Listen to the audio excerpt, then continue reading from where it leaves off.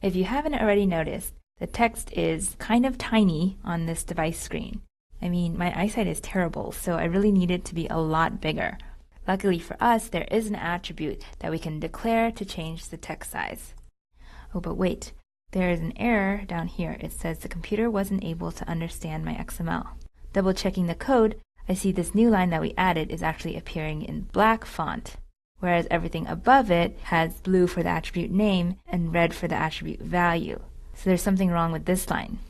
Oh wait, I see it now. / and the closing angle bracket are on this line up here. This is actually a common beginner mistake to add the attribute after the tag has been closed. Technically, this is like hanging out in XML limbo or something because it's not tied to an XML element. What we really want is to copy these symbols and move them down here. Ah, that's better. So there's no error, and this is valid XML, and then our font is bigger. Woohoo! It's much more readable now. Note how the text size is set to be 45 SP. SP stands for Scale Independent Pixels. It's a unit of measure similar to DP, which makes the app look consistent across different devices of different densities. Now, SP is only used for fonts because it adjusts based on their users' preferences and settings for text size. Let's look at that now. Let me show you where the setting is. Go to the Settings app, and then tap on Display, and then there's an option for font size. If you click on that, you can see the different font sizes. If I click on Huge, then it increases the font size of everything.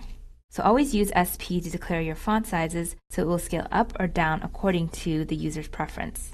In a moment, you'll change the text size of the text view. However, I first wanted to show you one thing. This is the Material Design spec.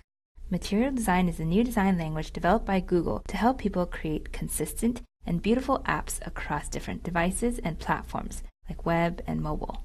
The design specification, or design spec for short, highlights the best practices for designing your app. It provides guidance on the layout of your app, visual style, imagery, animations, and much more. There's also a section on typography, or fonts. It lists a whole bunch of information here that you can read later, but the most important thing is this guide here that talks about the recommended text sizes. If you're displaying a really big header, you can use some of these text size values.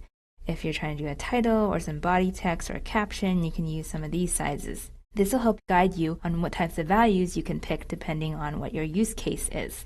But be careful, because if you pick too many type sizes or styles in your app, it can be really overwhelming for the user. So just pick a couple of styles to display the information that you want.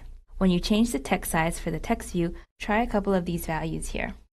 Go ahead and change the text view font size using the Material Design spec.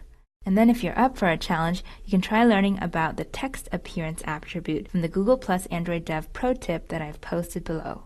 And then you can try this in the XML visualizer as well. The link to the XML visualizer with the code for you to get started is linked below.